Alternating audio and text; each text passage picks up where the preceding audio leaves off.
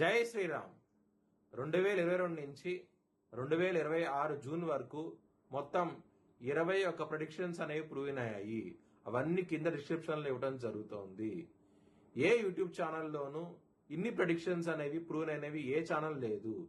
మీరు కనుక నన్ను సంప్రదిస్తే కనుక మీ date of birth, time, place of birth నాకు ఇస్తే కనుక మీ కెరియర్ గురించి, మ్యారేజ్ గురించి, ఫ్యామిలీ గురించి, బిజినెస్ గురించి, హెల్త్ గురించి చెప్పడం జరుగుతుంది. కనుక నన్ను సంప్రదించండి. మీనరాశికి అధిపతి గురు. మీనరాశిలో ఉత్తరాభాద్రం 4 పాదాలు, రేవతి 4 పాదాలు, పూర్వాభాద్రం 4వ పాదం ఉంటది. ఈ నక్షత్రం వాళ్ళందరూ నేను చెప్పే వార ఫలితాలు వర్తిస్తాయి. ఈ వారంలో మీనరాశి వారికి తృతీయంలో కుజుడు యోగిస్తున్నారు, గురువు యోగిస్తున్నారు 5వ స్థానంలో, సూర్యుడు యోగిస్తున్నారు 4వ స్థానంలో, కేతు యోగిస్తున్నారు 6వ స్థానంలో, బుధుడు యోగిస్తున్నారు.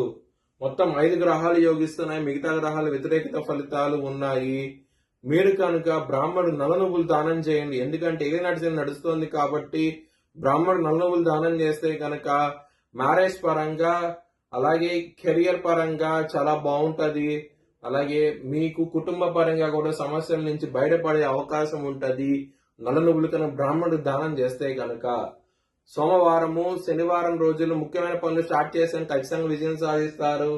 గురువారం రోజుల్లో మాత్రం వ్యతిరేకత ఫలితాలు ఉంటాయి కాబట్టి ముఖ్యమైన పనులు వాయిదా వేసుకోండి, మంచి ఫలితాలు చూస్తారు. నవగ్రహ టెంపుల్ కి వెళ్లి నవగ్రహాల చుట్టూ ప్రదక్షిణలు చేయండి, మంచి ఫలితాలు వచ్చే అవకాశం ఉంటది. మీనరాశి వారికి ధనపరంగా, కుటుంబ పరంగా సమస్యలు ఉన్నాయి కాబట్టి చాలా జాగ్రత్తగా ఉండండి. 2వ స్థానంలో కుజుడు తృతీయంలో ఉన్నారు. శని దృష్టి కుజుడు మీద సమస్యలు ఉంటాయి. లవర్స్ కి చాలా బాగుంటది. పంచమంలో గురువు ఉన్నారు కాబట్టి మంచి ఫలితాలు ఉంటాయి. ఆరోగ్య పరంగా చాలా జాగ్రత్తగా ఉండండి, సమస్యలు వచ్చే అవకాశం ఉంటది. బిజినెస్ పరంగా పెట్టుబడి తక్కువ పెట్టండి, మంచి ఫలితాలు ఉంటాయి.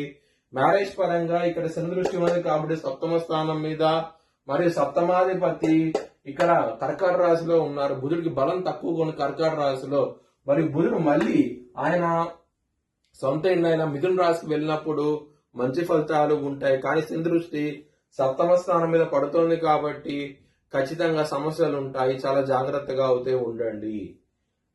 వృత్తిపరంగా సమస్యల నుంచి బయటపడే అవకాశం ఉంటది. ఎందుకంటే దశమాధిపతి అయిన గురువు మీకు కర్కాట రాశిలో బలంగా ఉన్నారు కాబట్టి సమస్యలు ఉన్నా సరే మంచి ఫలితాలు వచ్చే అవకాశం ఉంటది. కష్టపెట్టి అలాగే మంచి ఫలితాలు ఇస్తారు. ఈ వారంలో గురువు గారు కర్కాట రాశిలో ఉన్నారు కాబట్టి మీకు గురు బలం అనేది ఉన్నది కాబట్టి ఖచ్చితంగా మంచి ఫలితాలు చూస్తారు. చాలా సంతోషంగా అవుతే ఉంటారు. మీ భవిష్యత్ వివరాల కోసమై హెచ్చరిక జ్యోతిష్యాలను సంప్రదించండి. Please like, share and subscribe my channel.